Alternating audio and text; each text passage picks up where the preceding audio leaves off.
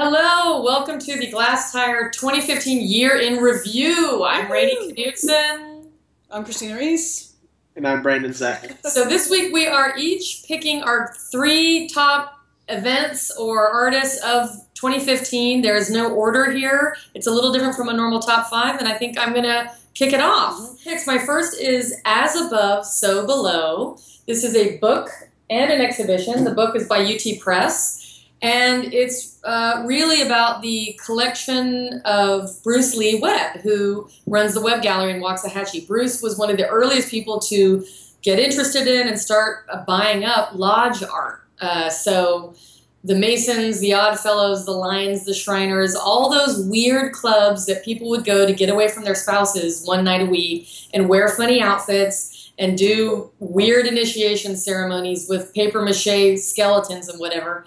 Their props, their banners, their costumes. He got into that stuff. It's now this sort of, jazzy market in folk art, but he got into it really early on. So it's a really interesting snapshot of kind of a lost era in America. It's almost like there's not really a replacement for these types of clubs. My second pick is the exhibition For a New World to Come, Experiments in Japanese Art and Photography, 1968 through 1979.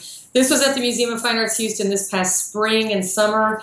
It was exactly what a museum should be doing in the sense that this was a total revelation. I think most of the art audience, myself very much included in Houston, had never seen anything like this. Yeah. We had seen stuff like it, but not from people in Japan. And given their own very specific post-war experience and kind of coming out of that, it was so fascinating.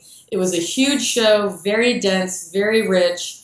And it was just really cool to see how the same kind of social upheaval and turmoil that was happening in the late 60s in the Western world was also happening in Japan and how they put their own spin on it. My third pick for the year is somebody who is working completely outside of the art world. We talk about, everyone in the art world complains about the art world all the time. We all hate the art world and we're not part of the art world.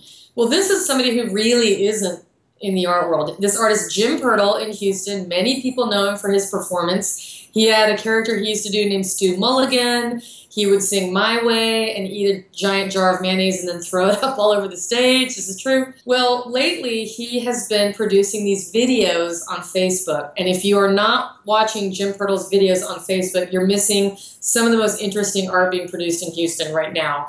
A lot of times he'll take audio and put it together with a related but very incongruous video, and these are hilarious. But a lot of it is sort of observational, and he's downtown. He runs this bar downtown. That's how he makes money, so he doesn't have to be involved with museums or galleries. And it's just very, very funny and sometimes very touching and very beautiful. Brandon, take it away.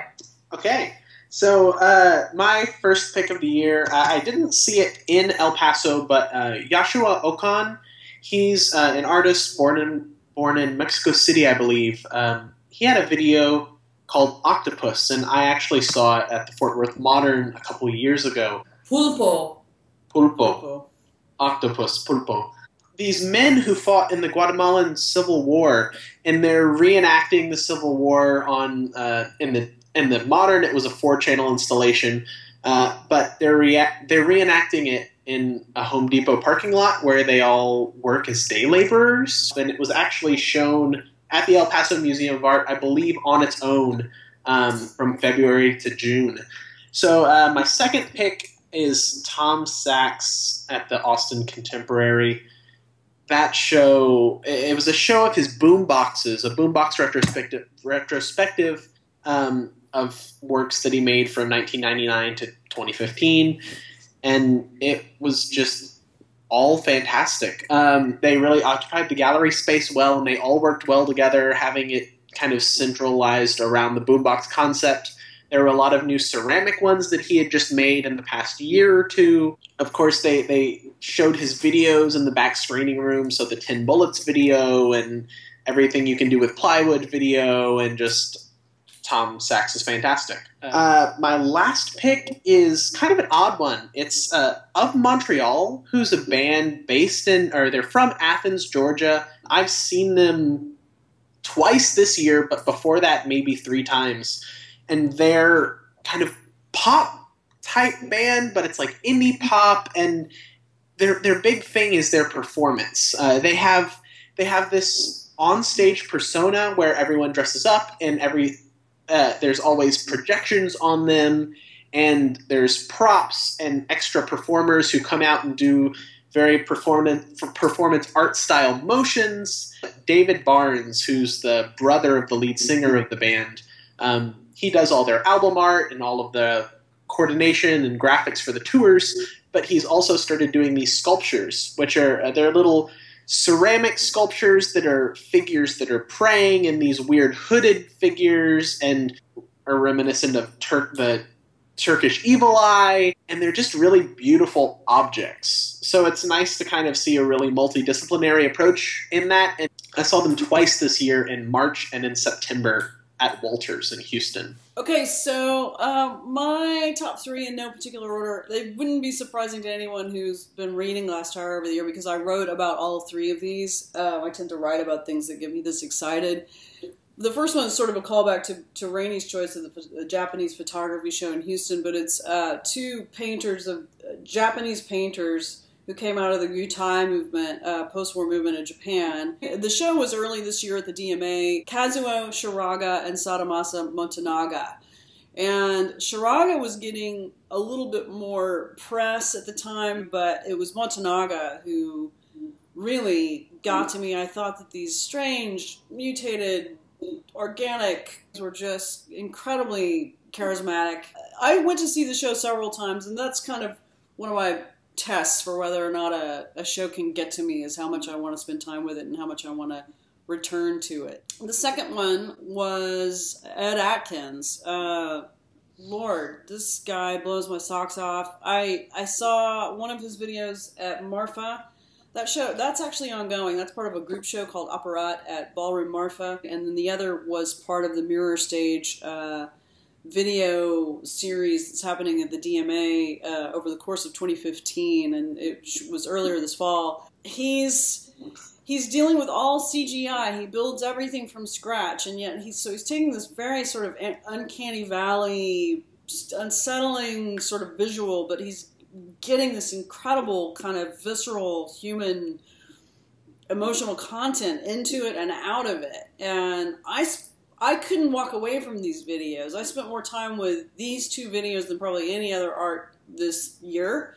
It was the best contemporary art that I saw in 2015. My last one, and this really probably wouldn't surprise people, was George Catlin at the Panhandle Plains Museum in Canyon, Texas. You're just a bleeding heart animal lover. He was a conservationist as well as a painter.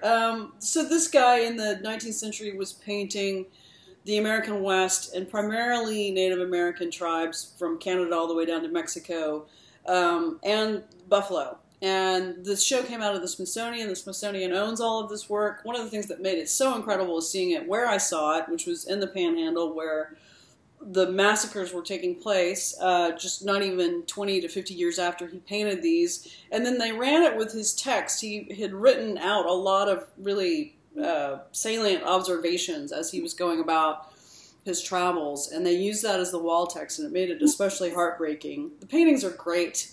They're intimate, and they're very dignified. What are y'all thinking for the holidays / 2016? Predictions? Well, I wasn't prepared for that question. I'll tell you what I think is done. Dead as a doornail. What's dead as a doornail, Rainey? Copper mugs for Moscow mules. The first time I saw one, it was in Dallas at this foo-foo restaurant, and I was like, that's the coolest thing ever. And now they're at like discount stores, and they're everywhere, and it's like, it's over. If you have a copper mug, just go throw it away right now.